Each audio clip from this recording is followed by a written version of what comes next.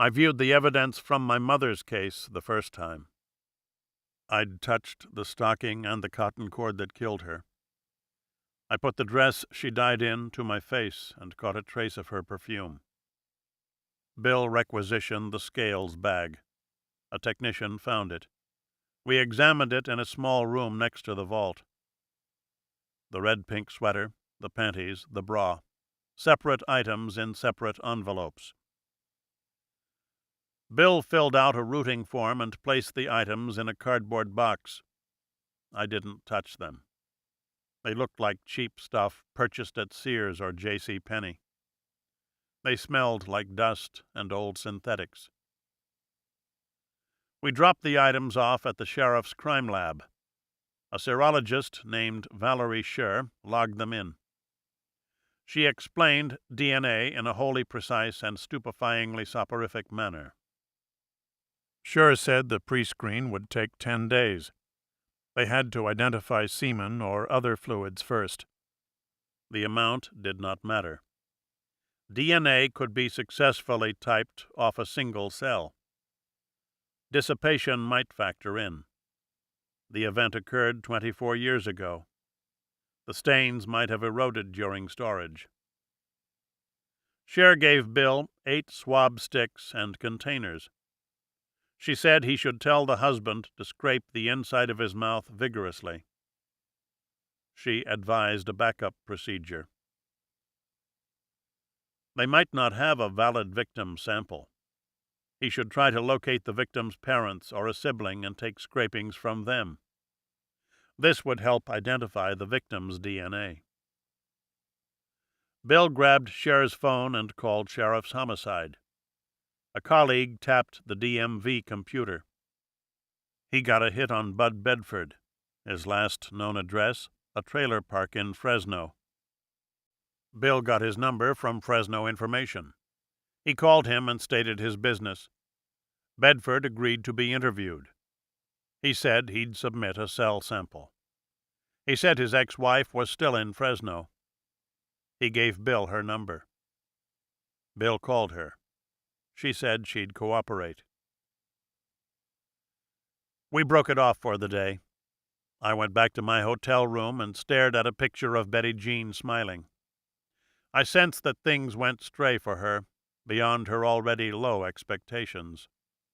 I wanted to know how they stood on the night she died. We door-knocked Bill Scales. He stepped out of a time warp and let us into his house. He was tall and rangy and an old 51. His voice matched the voice on the interview tape down to subtle inflections. Bill stated our business and stressed that he was not a suspect. Scales said he'd help all he could. Bud Bedford still thought he did it. Bud had Bill Scales' own daughter convinced. The house was small, neatly tended, and starkly under-furnished. We sat down at a dinette table. Scales described the night of 1/29 unsolicited. His eyes flicked on and off Bill's gun. His account tallied with his taped account of 2/1/73.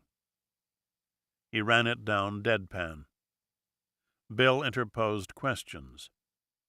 Scales answered them and jumped back to his basic narrative. He rolled over for authority figures. I knew it was a long-term practice. I said, "Tell us about Betty Jean." Scales said she was a dingbat. She was mousy, easygoing, and submissive. She talked a mile a minute like a true nutcase. Simple tasks flummoxed her. She didn't know how to do things. He said dingbat dead cold. I used to call my mother a drunk and a whore the same way. I didn't say, "Why did you marry her then?" Scales gave us the narrative version.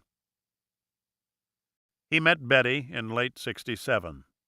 He was living in Bell Gardens. She was living in Downey. Her father set her up in a pad. He found Betty in bed with a boy and cut off his support abruptly. Betty was going to high school then. Bill Scales moved in with her. He got her pregnant and married her. Their daughter, Leah, was born in October '68. They moved to El Monte in '71. He raced motorcycles and hung insulation. Betty worked on the assembly line at Avon Cosmetics and quit to be a full-time mother. They had a son. He was 3 months old when Betty died. Leah married a guy named Baker. They had 2 kids. Leah was fat.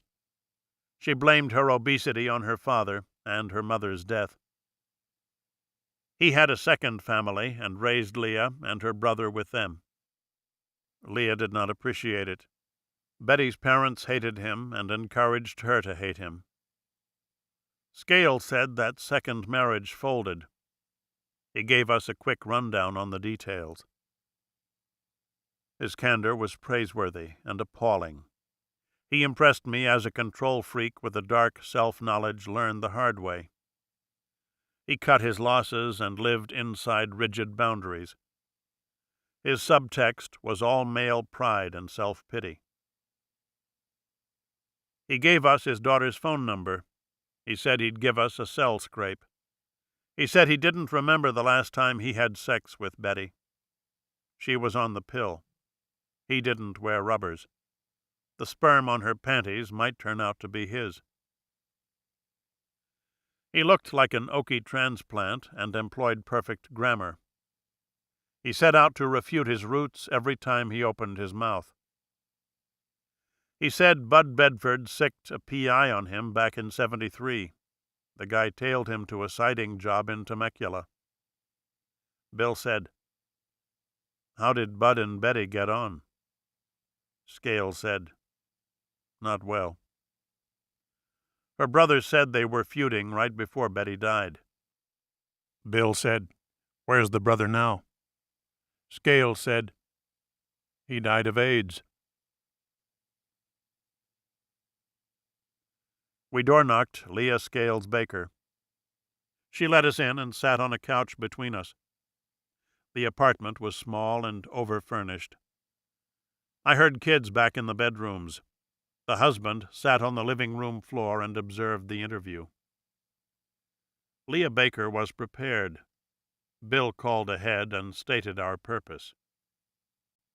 He introduced me. I smiled. He said my mother was a murder victim. It fell flat. Leah Baker looked right through me. She said her mother's death destroyed her life. Bill asked her if she remembered her mother. Leah said hardly at all. Bill laid out a riff on DNA and said we had a promising suspect.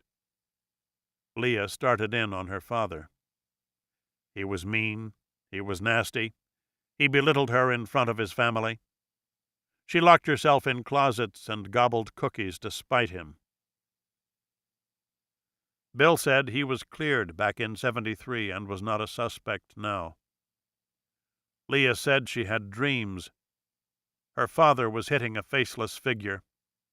She watched him. She was wearing a white nightgown. Her grandfather said she used to wear a nightgown like that as a child. Bill said, "Did your father beat you?" Leah said, "Maybe." She had these memory gaps. She could not recall large blocks of her childhood. Bill tried to ask a string of questions. Leah talked over him. Her father ridiculed her. Her stepmother and stepbrother teased her. They tried to tease her out of being fat, but she stayed fat anyway. Bill asked her if she'd like to see her mother's case solved. Leah started back on her father. Bill clenched up. So did I. Victimhood was a summons to exploit and explore. Love the one you lost only if they deserved it. Know you're dead. Learn how you derive and diverge from them. Leah said her father was the key suspect. She didn't know her mother was murdered for years. Her father hid the fact. That was suspicious. That meant he was hiding things. Her grandfather said he saw the apartment the day after her mother vanished. The place was a mess. Clothes were scattered around. Her baby brother sat in a pool of urine. Bill said, "Your father passed a polygraph test." Leah shrugged. I asked her where she got her information. Leah said, "My grandfather." I asked her if she ever read newspaper accounts. Leah said no. Bill gave me his "more questions" look. I shook my head. Bill thanked Leah. I said we might clear this thing. It might help her get on with her life. Leah looked right through me. I dropped Bill off and drove back to my hotel. I stretched out on the bed and turned the lights off. I dropped their male surnames and ran with Betty Bedford and Geneva Hilliker. Not doppelgangers, not symbiotic twins, inimical personalities and antithetical souls. My mother drank early times bourbon. She fucked cheap men and cut them off if they cloyed or messed with her solitude. She got pregnant in '39 and aborted herself. She rammed literacy and the Lutheran Church down my throat and made me grateful as a middle-aged man. Betty fell into things. My mother hid out in El Monte. She lived out the dreams and crazy expectations that drive bright and beautiful women.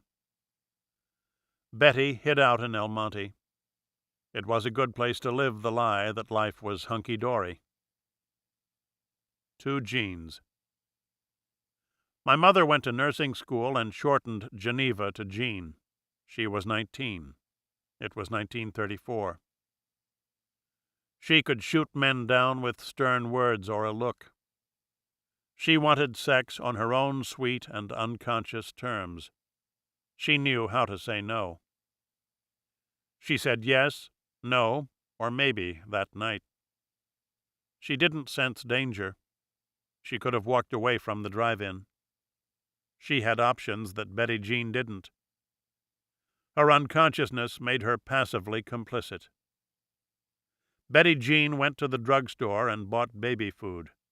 Her life ended 19 years short of my mother's. I wanted to find the piece of shit who killed her and fuck him for it. Bill called first thing in the morning. He said he just got off the phone. He talked to Tom Armstrong, Joe Walker, and Lee Corey. They traced the kid. He was serving 3 to life. He got out on parole in '75. He stayed out 2 years and went down behind a fresh rape. And Corey said the kid almost confessed to the killing. He almost gave it up at his polygraph test. He said, "My dad's got heart trouble. This would really kill him."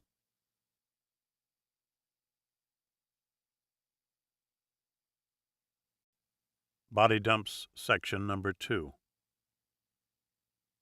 Chapter 4.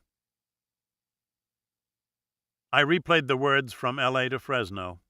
Corey and Myers made the kid for the scale snuff. The kid was 42 now. He was locked down at the California Men's Colony. He fell behind a kidnap rape in Bakersfield. Tom Armstrong just received a full report. Bakersfield was 100 miles from Fresno. Bill was from Fresno. Betty Jean's parents lived in Fresno. We drove up in Bill's car. We took Bill's father along. Angus Stoner was 86. He knew Kern County. Kern County was all new to me. Dirt fields and shack towns, wind and dust and a big flat sky. Angus supplied travel notes. He identified orchards and harvesting contraptions. He talked up his hobo adventures circa 1930.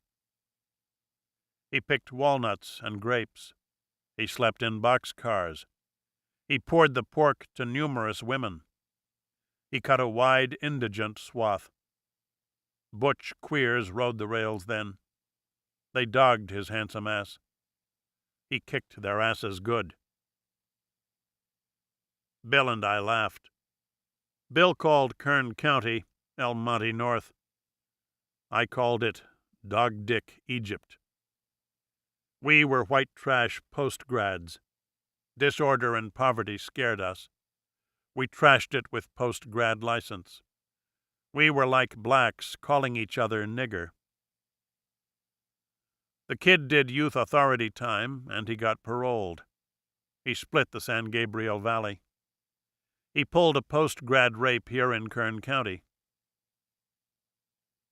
We hit Fresno at dinner time. It was too late to hit Betty's parents. We booked 3 hotel rooms and ate at a chain coffee shop. Angus reprised his travelogue. I drifted in and out of it. I had the kid in my brain sights. Bud Bedford lived in a trailer park between 2 freeway ramps. His trailer was small and dirty inside and out. He lived with his long-term girlfriend and a small bug-eyed dog. The dog perched on his wife's lap and showed Bill his teeth. He stared at Bill and sustained a low growl throughout the whole interview. Bill and I flanked Bud Bedford. Bill laid out the investigation and emphatically cleared Betty's husband. Bud Bedford stared at a neutral point between us. He sucked on a cigar stub and took the smoke in deep. His girlfriend stared at him. The dog stared at Bill. Bedford was 70-something. His hands twitched. His face twitched. He looked frail and nihilistically inclined. A good blast of cigar smoke could debilitate or kill him. He did not react to Bill's pitch in any discernible manner. I said, "Tell me about Betty Jean." Bedford said, "She was a good girl and a good mother." I said, "What else can you tell us?" Bedford said, "She shouldn't have got mixed up with Bill Scales." I backed off. My questions were taking me nowhere. I wanted perceptive or passionate answers. I wanted to know if Betty Jean still lived in her father's mind and if he fought to keep her there. Bill took over. He asked specific questions and let Bedford ramble. I listened for signs of fatherly love in the mix. He broke up with Betty's mom when Betty was 8 or 9. They fought some custody battles. She got Betty first. He got her second. Bill Scales married her. Bill was plain no good. He was scared that Bud would get custody of the kids he had with Betty. He hid them with his sister so Bud couldn't see them. Bud hired a private eye. He wanted to get the goods on Bill Scales. The P.I. infiltrated a bike gang Scales allegedly rode with. Bud paid him $500. The guy took his money and never turned up shit. Scales was no outlaw biker. He was an amateur motorcycle racer. The monologue winded Bedford. His voice broke a few times. I didn't know if he was fighting emotion or exhaustion. I didn't know if he was reliving the loss of his daughter or the weight of his hardscrabble years. I didn't bring up my murder story. I tried to get some empathy going with Betty Jean's daughter and got nowhere. That interview went nowhere. I didn't want to repeat here. Bud Bedford hated Bill Scales. It felt like a property beef. He ceded his daughter to the man who he thought killed her or let her die. Ownership in fractions. Bud set Betty up in her own pad and cut off the rent when he caught her in bed with some guy. Bill Scales assumed ownership then. Bill got out his mouth swabs and explained the procedure. Bud Bedford put his cigar down and rinsed his mouth with water. He took a swab and ran it all over his gums. I thanked the Bedfords and walked to the door. The dog growled at me. Betty's mother was named Lavada Imogene Nella. She lived in a board and care home in middle-class Fresno. Bill called ahead. Mrs. Nella and her companion met us. We sat down in the day room. Old people on walkers pushed by. Mrs. Nella was attractive and perfectly groomed. She was young and fit by rest home standards. Her eyes darted and latched onto fixed targets and went blank while she retained eye contact. I said, "Tell me about Betty Jean." Mrs. Nella called her daughter a chatterbox and a homebody and a sweet-natured girl who only wanted to be a good wife and mother. Things tended to confuse Betty Jean. She was outgoing and shy at the same time. She relied on other folks to make her decisions. Bill mentioned Betty's marriage. Mrs. Nella said it was difficult. Bill Scales was cold and dictatorial. Bill mentioned physical abuse. Betty Jean's daughter described her dad as hard and domineering. That accusation dominated her interview. Mrs. Nella said no. Bill Scales didn't need to hit. He had Betty under his thumb without resorting to violent behavior. He controlled Betty with his knowledge of how much she loved him. I said, "He didn't kill her." Mrs. Nella said, "Oh, I knew that. The police cleared him back when it happened." Bill said we had a hot suspect now.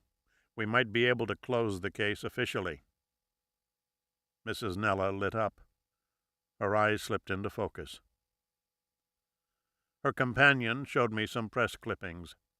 I read an LA Times piece from March '73. It described the escalating murder rate in El Monte. The ironic postscript: the Scales case was the first unsolved murder since Jean Ellroy in 1956.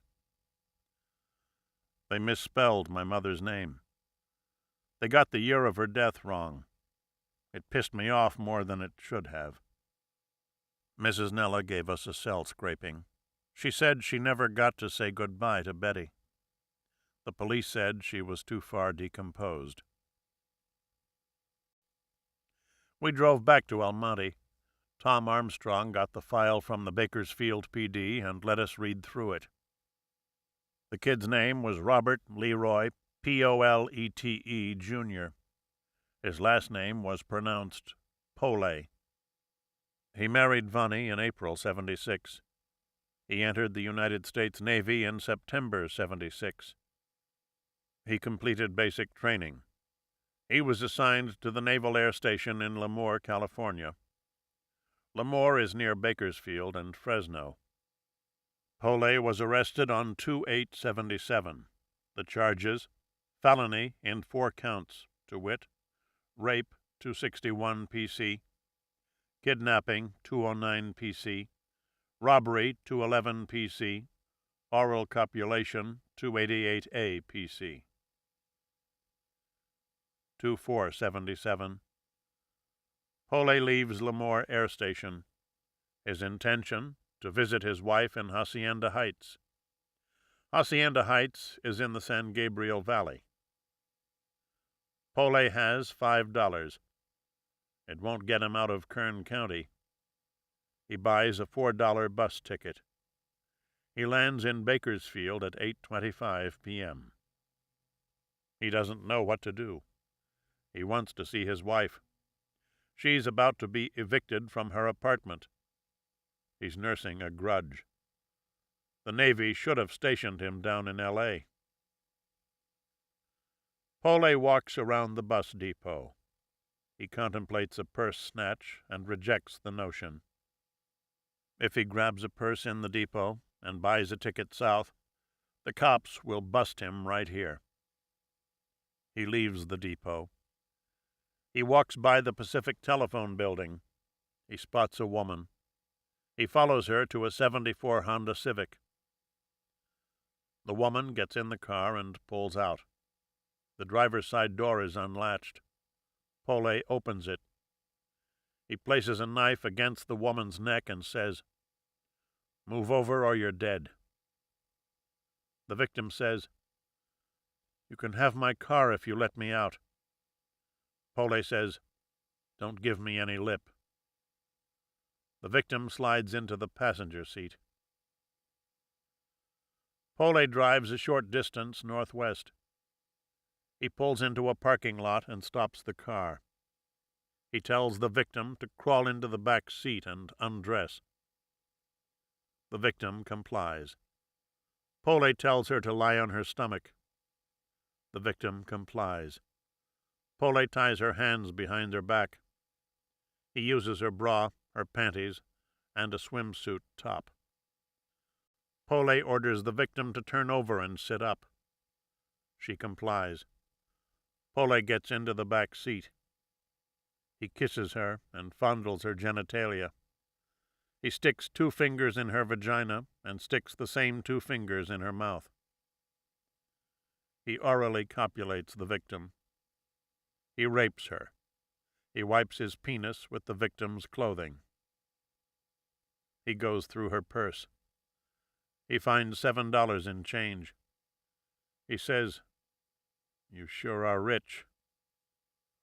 The victim says she's got another $6 in bills. Pole steals the money. He drives to a dark field off the Rosedale Highway. He marches the victim 65 yards in and orders her to sit down. The victim complies. Pole scatters her clothes out of sight. He tells the victim not to leave for 10 minutes. He says, "I know where to find you."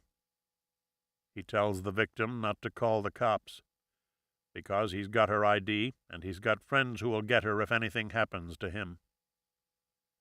He says he'll drop the car off in Fresno. If anything happens to him or the car, his insurance will take care of it. He says, "I'm sorry, but I had to do this. I've been treated badly." Pole drives off. The victim finds her clothes and walks to a gas station. She calls her father. Her father calls the Bakersfield PD and reports the incident. Pole drives to Hacienda Heights. He spends the weekend with his wife. He returns to Lemoore Air Station early Sunday night. Tuesday, 2/8/77. Pole calls the victim's mother. Collect. He uses the phone in his office. The victim's mother does not accept the call. Pole gives her a callback number and IDs himself as Security Officer Johnson. He says he has information on her daughter's car. Pole hangs up. The victim's mother calls the victim. The victim calls the Bakersfield PD. She talks to Detective J.D. Jackson. She says a Security Officer Johnson called her mother.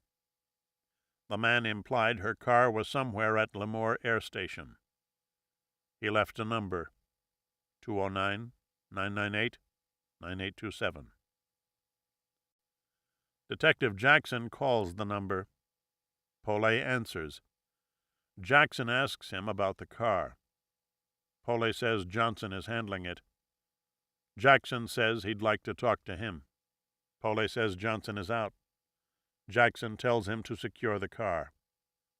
Pole says he will. Jackson talks to his supervisor. They've got a lead on the missing car in the 2-4 rape. The supervisor calls Lemoore. He contacts the chief of security. The chief tells him that Airman R.L. Pole told him the following story. Pole was hitching back to the station last Sunday night. A man in a Honda Civic picked him up. The man pulled a knife. He told Pole that he stole the car from a woman in Bakersfield. He told him to call her on Thursday and make sure she got the car. Pole balked. The man gave him a phone number for the woman's mother. The man stole Pole's ID papers. They showed his address in Hacienda Heights. The man said he'd better comply, or his wife would have problems. Detective Jackson and Detective J.L. Weldon drove to Glamour. They questioned Airman Pole. He strongly resembled their victim's description. Pole told them his hitchhiking story. Jackson and Weldon poked holes in it. They read Pole his Miranda rights. Pole started sobbing. He said he stole the Honda. He described the events preceding the theft. From the Bakersfield PD report, Pole said he had to see his wife. He needed bus fare. He was stuck in Bakersfield. He figured he'd snatch a purse. He saw this girl. He pulled his knife and jumped into her car. He stated his intention, to drop her off someplace safe and split with the car. He drove off. Pole said the girl came onto him. She rubbed his leg up near his crotch. He said, "Don't do that. I'm married. All I want is the car." The girl said, "If you're going to take the car, you might as well take everything." She groped him again. She said, "Let's pull over somewhere, get in the back seat and do it." Pole said he'd do it if she promised to leave him alone. The girl got in the back seat and took all her clothes off. They drove to a dark field. The girl pulled him into the back seat. She started kissing him. She asked him to give her some head. Pole refused. The girl said she wouldn't make him do it. They had intercourse. Pole got back in the front seat. The girl said, "You said you were going to leave me off somewhere. Let's go." Pole dropped the girl off on the other side of the freeway. He found $5 on the floorboard and took it. He drove down to Hacienda Heights. Jackson and Weldon booked Pole on 4 felony counts, 261, 209, 211, and 288A. The victim viewed a mugshot spread and identified him. Jackson and Weldon got a warrant and searched Pole's locker. They found the clothes the victim said Pole was wearing. The prelim was held on 3/1/77. Pole was held to answer for the 261 and 209 charges. He went to trial on 7/5/77. He pleaded guilty. His lawyer said he should. His lawyer thought he could get him tagged as an MDSO, a mentally disordered sex offender. His lawyer thought he could get him some state hospital time. His lawyer miscalculated. The judge gave Pole the maximum sentence, 2 terms prescribed by law, to run consecutively. The court transcript stated, "I think he is a serious menace to the people of this community and any other community that he would live in. I want to make sure that he doesn't get out for a long, long time." I went through the rest of the file. Pole was denied parole in 83, 92, 93, 94, and 96. 3 to life. 2 consecutive terms. 20 years and 4 months inside. It was unknown why Pole was denied parole. Bill and I discussed it. Bill's take: Pole fucked up inside or was recognizably psycho and unable to con the parole board. He was locked down at CMC. He couldn't hurt women there. It wasn't enough. He was up for parole late in 98. The DNA pre-screen flopped. They found blood on the victim's sweater and no semen on her panties. The next step, to examine the rest of the garments for semen. The result derailed Bill's plan of attack. He needed a verified semen stain. The lab could run it against Bill Scales's DNA.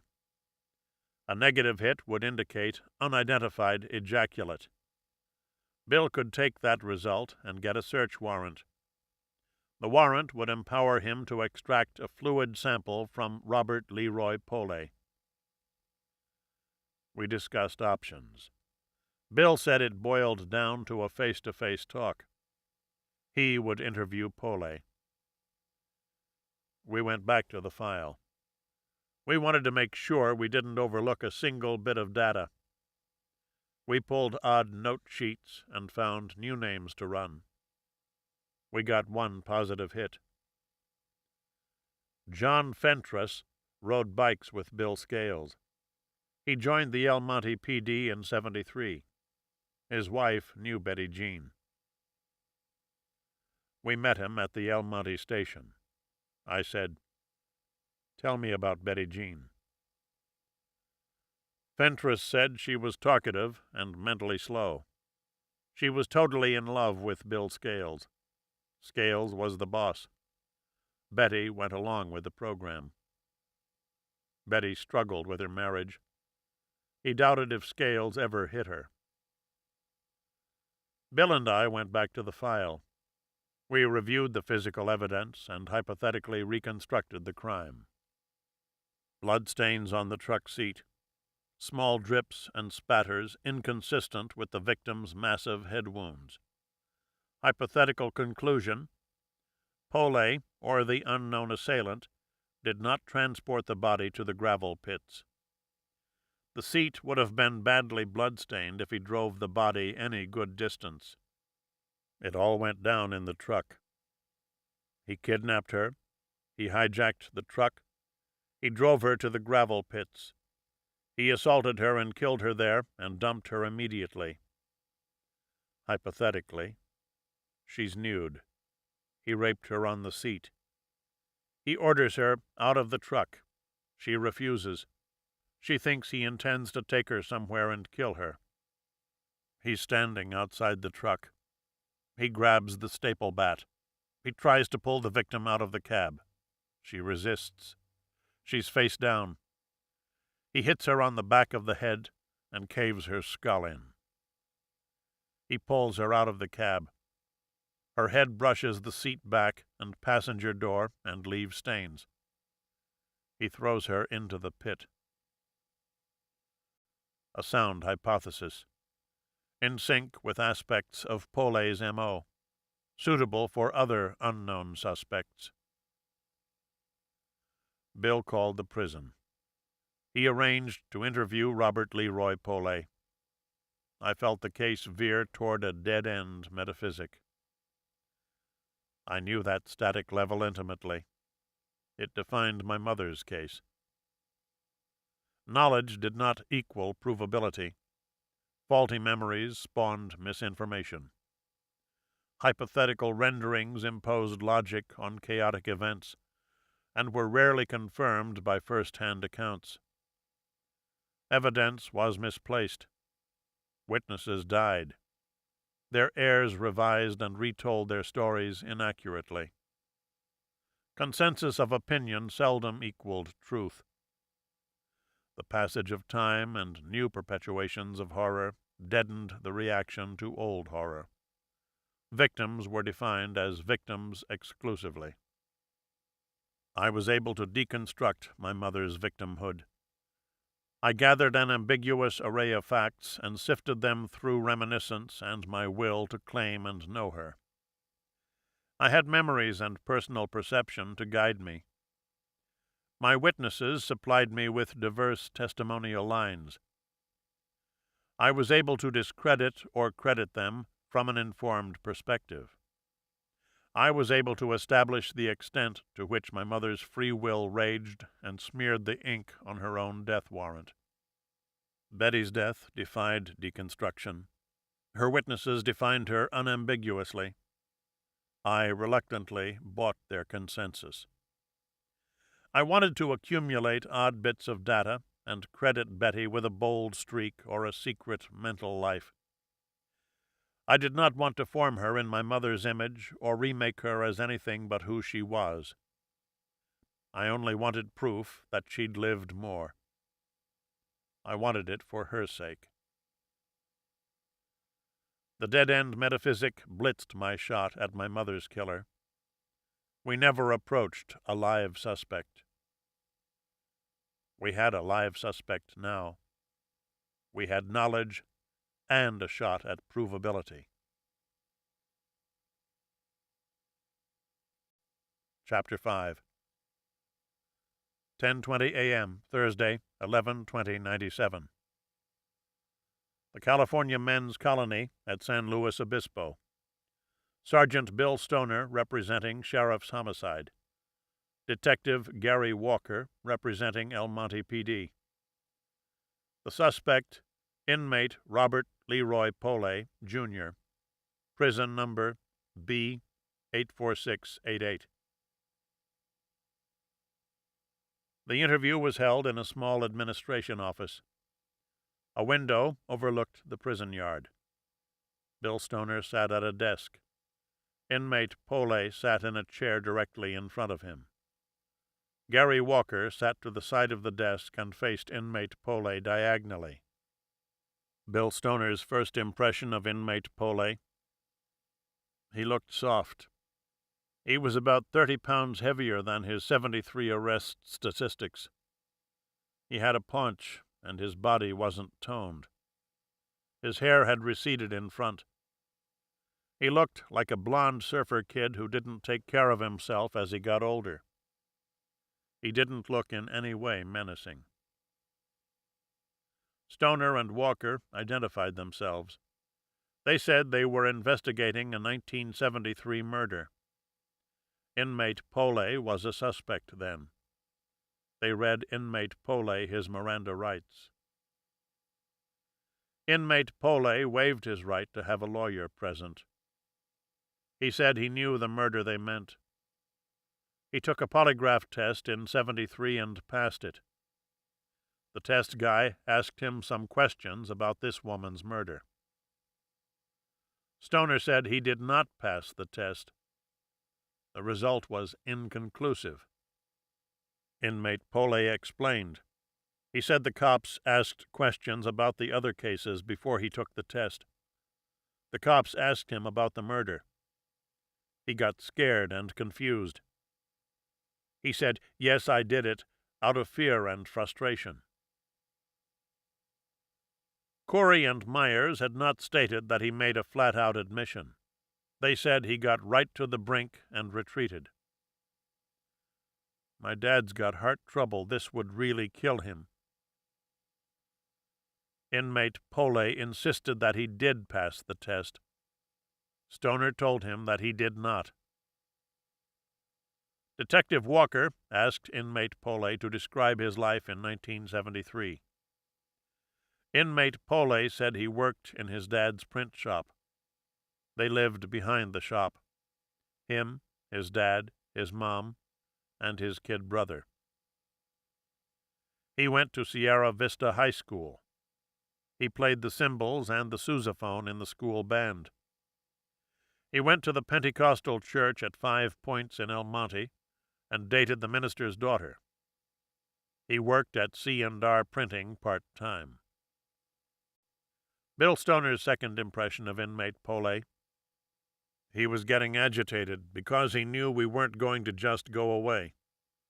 He came off more and more juvenile emotionally. He had a 17-year-old personality and attitude stuck in the body of a 42-year-old man. Inmate Pole said his DNA was on file with the state. It would prove he did not kill that woman. He was very emphatic. Inmate Pole said he only did 2 crimes total. He was trying to reach out. He thought no one cared about him. Stoner asked him which 2 crimes he meant. Inmate Pole said the Bakersfield thing, and that thing with the woman who stabbed him. The woman did not understand. He just wanted to be held and loved. Stoner contradicted him. Stoner told him that he sodomized a teenage girl on 3/8/73. The assault occurred in Baldwin Park. The victim identified him. Inmate Pole denied the assault. He said someone else copped out to that case. No one else copped out to that case. Stoner read from a Baldwin Park PD report. It was dated 3/20/73. A Baldwin Park PD detective stated, Robert Leroy Pole admitted the kidnap, rape of 3/8/73. Robert Leroy Pole admitted 2 other attempted abductions. The dates, 2/16/72 and 3/13/73. He wasn't tried for the crimes. Stoner asked inmate Pole to explain the report. Inmate Pole said he did not commit those crimes. He could not explain the report. Stoner read from a Temple City Sheriff's report. It was dated 4/25/73. A sheriff's detective stated, Robert Leroy Pole said he blacked out while watching girls at the shopping center on Durfee and Peck. He woke up back at C&R Printing, 1.5 blocks east. He was sweaty. He could not recall what he had done. A woman identified Robert Leroy Pole. She told detectives he assaulted her in front of Durfee Drugs. The event occurred at 1:30 p.m., 4/23/73. Stoner asked inmate Pole to explain the report. Inmate Pole said the facts were wrong. He never told anybody he blacked out that day. He was never at Durfee Drugs. Stoner read from a sheriff's homicide report. It was dated 4/25/73. Deputy Hal Myers stated, Robert Leroy Pole said that he suffers from blackouts. He cannot recall any of the assaults that he was accused of. He snapped out of blackouts twice and found himself hurting women. He said he may have done things that he cannot recall. Stoner asked inmate Pole to explain the report. Inmate Pole said he never committed crimes during blackouts. The only crime he committed as a kid was that thing with the woman who stabbed him. The only crime he committed as a grown-up was that Bakersfield thing. And he felt guilty about the Bakersfield thing and turned himself in at the airbase. And he knew why he blacked out. It was anger at his father. His father used to beat him with his fists and a belt. And he was never alone when he went into blackouts. And if he did cop out to some crimes, it was just to anger his parents. Stoner did not say, You never turned yourself in. He did not ask inmate Pole how he knew what he did in blackouts. He did not challenge his I was never alone statement. He was letting his lies accumulate. He'd contradict them at the right moment. Stoner asked inmate Pole how he got along with girls and women. Inmate Pole said he got along with them fine. Stoner mentioned an old file note. It stated, Pole told a cop that 14 girls beat him up in the 7th grade. His girl trouble started then. Inmate Pole said he never had girl troubles. 14 boys beat him up, not 14 girls. And he knew why that thing happened with that woman who stabbed him. It was because his mother was contemplating suicide. He was mad at her because she wanted to leave him. He just wanted to be loved and held. And he knew why that thing in Bakersfield happened. He was mad at his father. He was having marital problems on top of his thing with his dad. He wanted to prove he could still perform sexually. Bill Stoner's third impression of inmate Pole. He had a defensive and poorly reasoned answer for everything. I couldn't tell if he believed his lies or not. I got some details on his parole hearings before the interview. Pole never took responsibility for his Bakersfield rape and continued to state that the victim came onto him. He wasn't smart enough to feign simple remorse in order to get out of prison. Stoner switched gears. He mentioned Betty Jean's children. They grew up with no mother. Inmate Pole started sobbing. Stoner thought they might be getting close. Walker asked Inmate Pole if he'd like to give it up. Inmate Pole stood up. He wiped his eyes and balled his fists. He looked flat-out scary. He yelled at Stoner and Walker. He said he didn't kill anybody. He said the interview was over as of now. The interview was terminated at 12:30 p.m. Bill called me.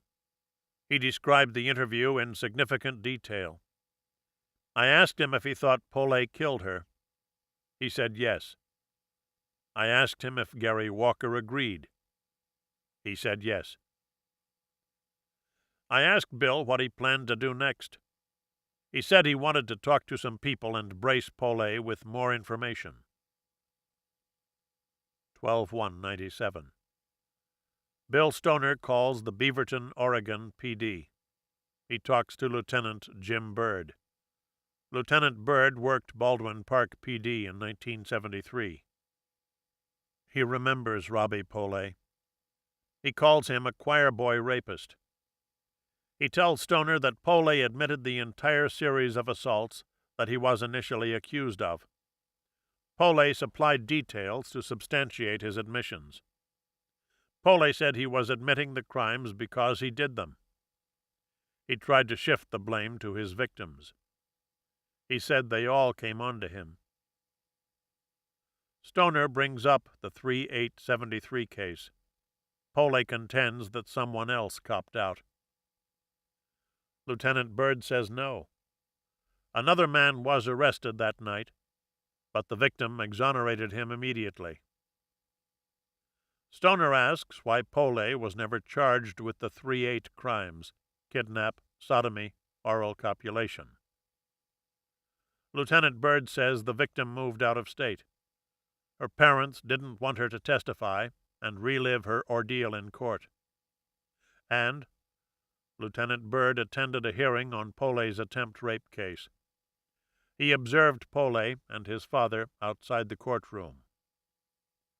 The father was dispensing advice. He told Robbie to say that the woman who stabbed him came on to him first. 12/2/97. Bill Stoner calls Roger Kaiser. Baldwin Park PD retired. Kaiser remembers Robbie Pole and his father. Pole Sr. was the treasurer of the Baldwin Park Little League. League officials accused him of embezzling league funds. The case was settled out of court. Pole Sr. made restitution. 12/4/97. Bill Stoner calls the music director for the Baldwin Park School District. The man supervised the Sierra Vista High School band in 1973. He remembers Robbie Pole. Robbie was scatterbrained, undependable, and a lot of talk that never turned into action. Robbie and his brother were very afraid of their father. 12/8/97. Gary Walker calls the former pastor of the Pentecostal Church of God in El Monte. The man does not recall Robbie Pole. He doubts that his daughter dated him. Walker talks to the pastor's wife. She recalls Robbie Pole and his brother. They went to her husband's church. Sometimes the boys would walk. Sometimes she and her husband would give them a ride. The pastor and his wife had 2 girls at Sierra Vista High School then. They didn't socialize with Robbie or his brother outside of school or church. She knew that Robbie was arrested back in 73. It surprised her. He didn't seem to be a violent boy. Stoner ran checks on Pole's ex-wife, parents, and brother. The father was dead. The mother and brother were living in Oregon. He couldn't locate Pole's ex-wife, Vani Pole. He found a Bakersfield file note that surprised him. Robert Pole and Vani Pole were undoubtedly divorced. Pole had remarried. 8/12/87. A woman named Laurie M. Pole writes to the Kern County Courthouse. She identifies herself as Robert L. Pole's wife. She requests a copy of his 1977 court records. She was living in Oregon then. Bill held off on the mother and brother. He put the wives aside. He wanted to brace Robbie first. Thursday, 12/11/97. The California Men's Colony at San Luis Obispo. Sergeant Bill Stoner representing Sheriff's Homicide. Detective Gary Walker representing El Monte PD. The suspect, inmate Robert Leroy Pole, Jr., prison number B84688. The interview was held in a parole hearing office. Stoner and Walker sat at the long end of a T-shaped table. Inmate Pole sat at the T end. Bill Stoner's first impression of inmate Pole. He was scared now, but I could tell he was curious. He wanted to know what we had. Stoner went in calm and slow. He told Pole that they checked out his exoneration claims. They talked to 2 Baldwin Park detectives. Both men said his claims were untrue. The 3/8 victim moved out of state and declined to testify. No one else was arrested or charged with those crimes. Pole admitted his guilt in '73. Both detectives said so. The 314 attempt rape was the most prosecutable case. The 1216, 313, and 423 cases were not as viable. Prosecutors liked to present concise cases. He got lucky that way. Inmate Pole said the 314 case was bogus.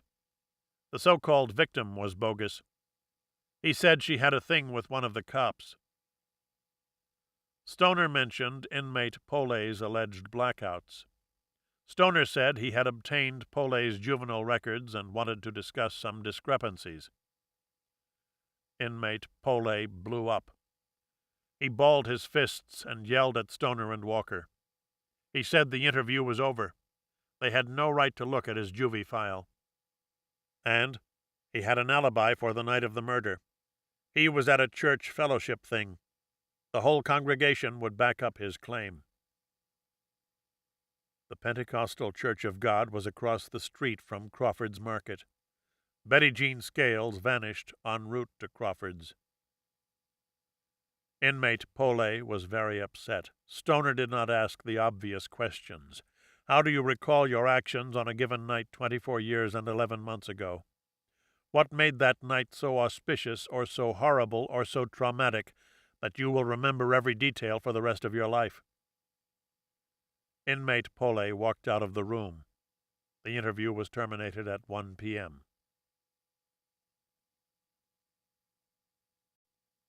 Chapter 6. Bill said it hit him hard. It hit Gary Walker simultaneously. The church and Crawford's Market, Pole's market snatch M.O., subsequent assaults at the Food King and Lucky Market, the alibi that played like an admission. Bill said it hit him hard. He told me a story to dramatize the impact. He worked a case years back, a body dump in Torrance, a white male victim. They ID'd him. His roommate was a carpet layer. They took him to lunch. The man was not a suspect. They took him to his apartment. They wanted to talk some more. They needed his take on the victim. They walked in the door. Bill saw a brand new carpet on the living room floor, and he knew that the man killed the victim right there. He knew that he'd find washed-out blood spots under the carpeting. He found them. He confronted the man. The man confessed. That was a fresh case. This was an old case. Instinctive knowledge never equals provability. Circumstantial confirmation buttresses instinctive knowledge and increases its evidentiary value. 12/15/97. Bill Stoner calls the church pastor's daughter. She says she never dated Robbie Pole. She never saw him with other girls. She saw him at school. She saw him at church youth groups. 12/16/97. Bill Stoner calls the former youth group leader. She does not recall Robbie Pole. Youth group meetings were held at the church on Sundays, Mondays, and Thursdays. They ran from 7:30 p.m. to 9:30 p.m. 1/29/73 was a Monday. Betty Jean Scales was last seen at 8:30 p.m. Bill checked out C&R Printing. The 1973 owner still owned the shop. He remembered Robbie Pole. Pole's dad owned a shop in Baldwin Park. Robbie worked at C&R sporadically. He did his dad's loan-out jobs. Bill went through old worksheets and time cards. He had to see if Robbie worked on 1/29/73. The worksheets and time cards only went back to 1979. The man tossed his older records to save shelf space. The dead-end metaphysic. Bill found Laurie Pole. He interviewed her. He interviewed Robbie's mother and brother. The brother didn't have much to say. He and Robbie ran with different crowds. The mother said Robbie couldn't have killed Betty Jean. She said she had ESP. She would have known if Robbie killed some woman. She almost killed herself a long time ago. She saw a preacher on a TV show. He convinced her not to do it. Laurie started out as Robbie's pen pal. She thought Robbie would be paroled soon. She wised up after a while. She figured out that Robbie never wised up to himself. He never took responsibility for his own actions. He couldn't survive out of prison. The dead-end metaphysic has an evidentiary upside. Complex procedures take time. Positive results can strike out of nowhere. The sheriff's crime lab found a stain on Betty Jean's Levi's. The technician said it might be a semen stain.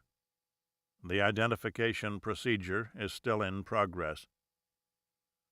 The dead-end metaphysic has a psychic upside. Frightened people lose their fear over time.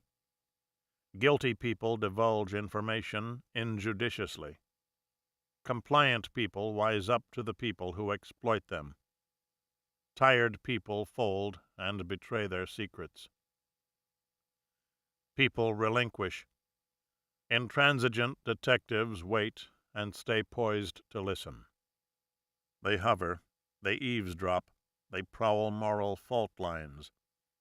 They assume their victims' and their killers' perspectives and live their lives to stalk revelation.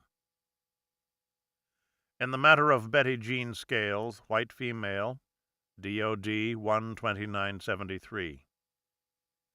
Bill Stoner will continue.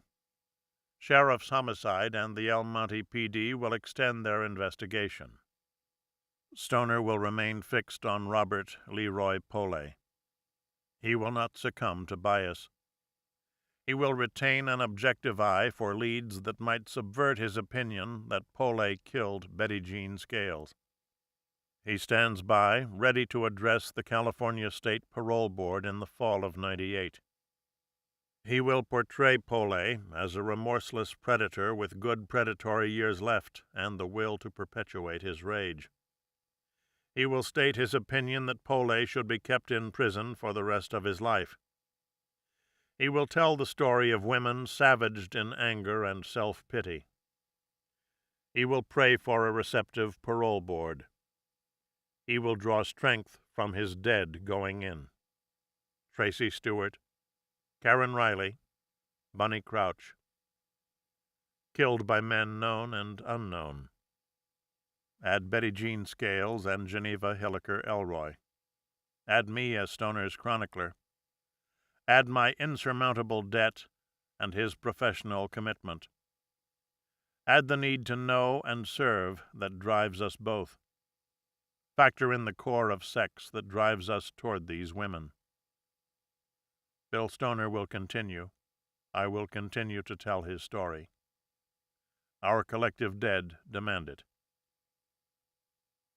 March, April 1998.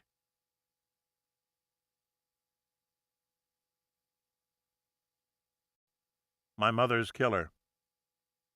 I thought the pictures would wound me. I thought they would grant my old nightmare form. I thought I could touch the literal horror and somehow commute my life sentence. I was mistaken. The woman refused to grant me a reprieve.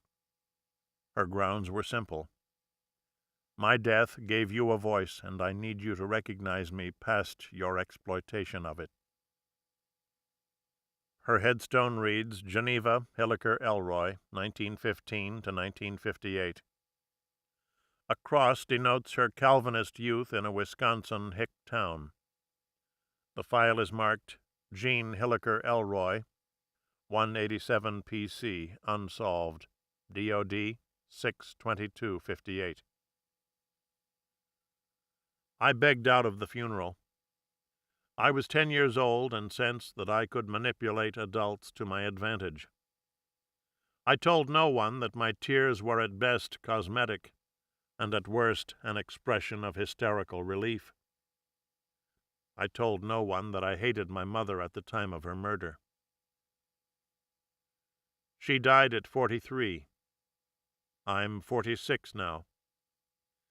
I flew out to Los Angeles to view the file because I resemble her more every day.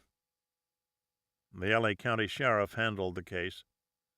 I set up file logistics with Sergeant Bill Stoner and Sergeant Bill McComas of the Unsolved Unit. Their divisional mandate is to periodically review open files with an eye toward solving the crimes outright or assessing the original investigating officer's failure to do so. Both men were gracious. Both stressed that unsolved homicides tend to remain unsolved.